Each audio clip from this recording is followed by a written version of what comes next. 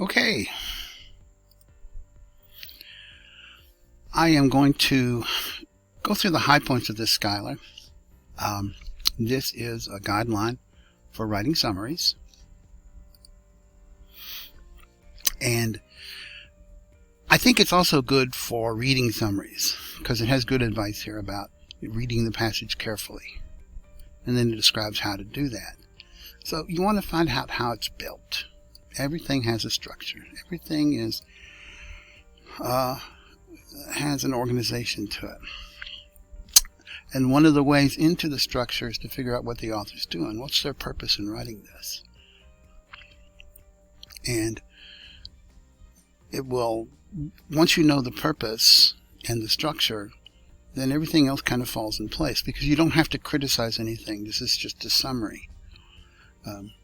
As you read, just make little notes in the margin. Yep, that's what hypothesis is for. When you write something down when you think something's important, and this is a really good piece of advice here, highlight or underline points sparingly, if at all, at least in the first reading. All right, and if it helps you to print out, you can print out a copy of the article. That's what I did, but I'm old school. You should be able to do all of this just online, and then by taking notes in your phone or your laptop or whatever you've got, a notebook, a written notebook, whatever. Then the second thing they tell you to do is to reread. Yeah. So this time you're deciding how it works, what the organization of it is, down into its gears. How do its gears work? And you might think of this as, what happens first? What happens second? Of course, the first thing that happens is the introduction. And the last thing that happens is the conclusion. So, you can mark those off and figure out what he's saying in those. But David Foster Wallace doesn't give it all to you. He doesn't give you his purpose completely. So you're going to have to tease that out. Divide the passages into sections. I mark every single paragraph. I number every paragraph. And then sometimes there's 2 or 3 paragraphs per section. They call them stages of thought. And I don't know if that helps you or not, but either way. Basically what we're looking at here is the organization of the piece. Does it make you feel like a juggler right now? Because oftentimes reading is a juggling act. The author has chosen to put paragraphs for certain things in paragraphs, so that's a clue. You can at this point underline key ideas and terms and make more notes to yourself in the margins. Again, you'll notice that you're getting deeper and deeper into the article here, and you really haven't written very much yet. And that's as it's to be expected, because the next thing you do is you write 1-sentence summaries for each stage of thought. So if you say that the first 3 paragraphs are the introduction, then write me a summary about what's in that introduction, and then just keep going down. Each section of thought, write a 1-sentence summary of it. And you can probably tell by now that you're actually writing the paper here, or at least the first draft, or sometimes people call the 0 draft of a paper. Next thing you do is you want to write a thesis. Now that's the fancy English teacher term for purpose. And it's a 1 or 2 sentence summary of the entire passage. Okay, so you'll notice that you've had to do all this stuff before you got to this thing.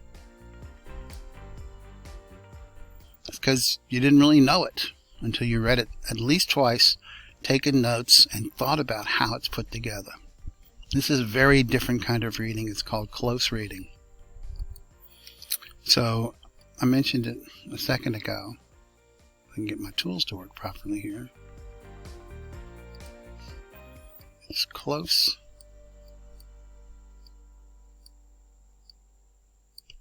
reading.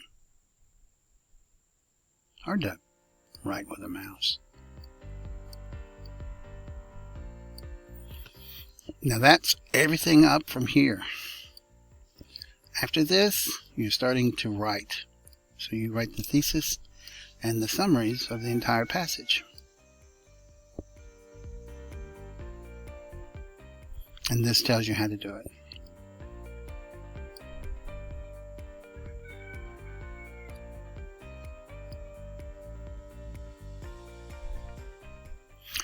All right, after you've written those 1 and 2 sentence summaries, I'm sure you had a chance to read this.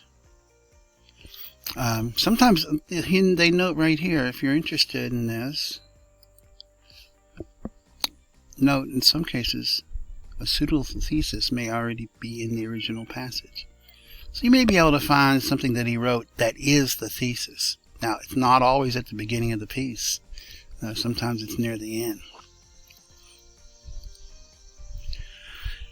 Then you write your first draft. And first draft is that informal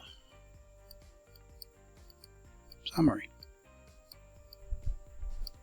of 2 to 4 paragraphs. And it might combine the thesis with the summaries, or you might go a little bit deeper and have a few more details, right? Plus significant details. Or you might just make it stream of consciousness, because nobody's saying that this isn't for the reader yet. You can make this for your own purposes, right? Now, once you've written this informal summary, you want to check it against the original David Foster Wallace commencement address. And then decide, no, I don't need that, or I shouldn't have left that out. And then, of course, you revise your summary. Now, that is for week 2. Okay? And I will get those informal summaries back to you all as quickly as I possibly can. Maybe I'll get Prince to help me with a few of those. All right? Down here is just some more advice, a summary, if you will, of the 3 goals in writing a standalone summary. Mainly, the most important goal, the one goal that stands above all others, is that you want to realize that your reader has not read the article, and that you are substituting for them by giving them a summary. They don't have time to read it, they don't want to read it, whatever it is.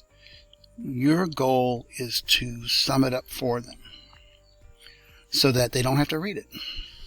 And the way you do that is that you state the author's thesis, what their purpose is. You state the author's purpose for which he will continue to inform or argue. So basically there's only 3 purposes: entertain, inform, or argue. I think you can safely say that David Foster Wallace does all of these. So you might want to talk about all of those. And state the main ideas that support the purpose. Okay, he says this one thing about the world and how to live in it, how to live your life. How does he support that idea? All right. You can read this on your own. There's some good pieces of advice in there. But basically, this is your guide. And you'll get a chance to revise this several times, so not to worry.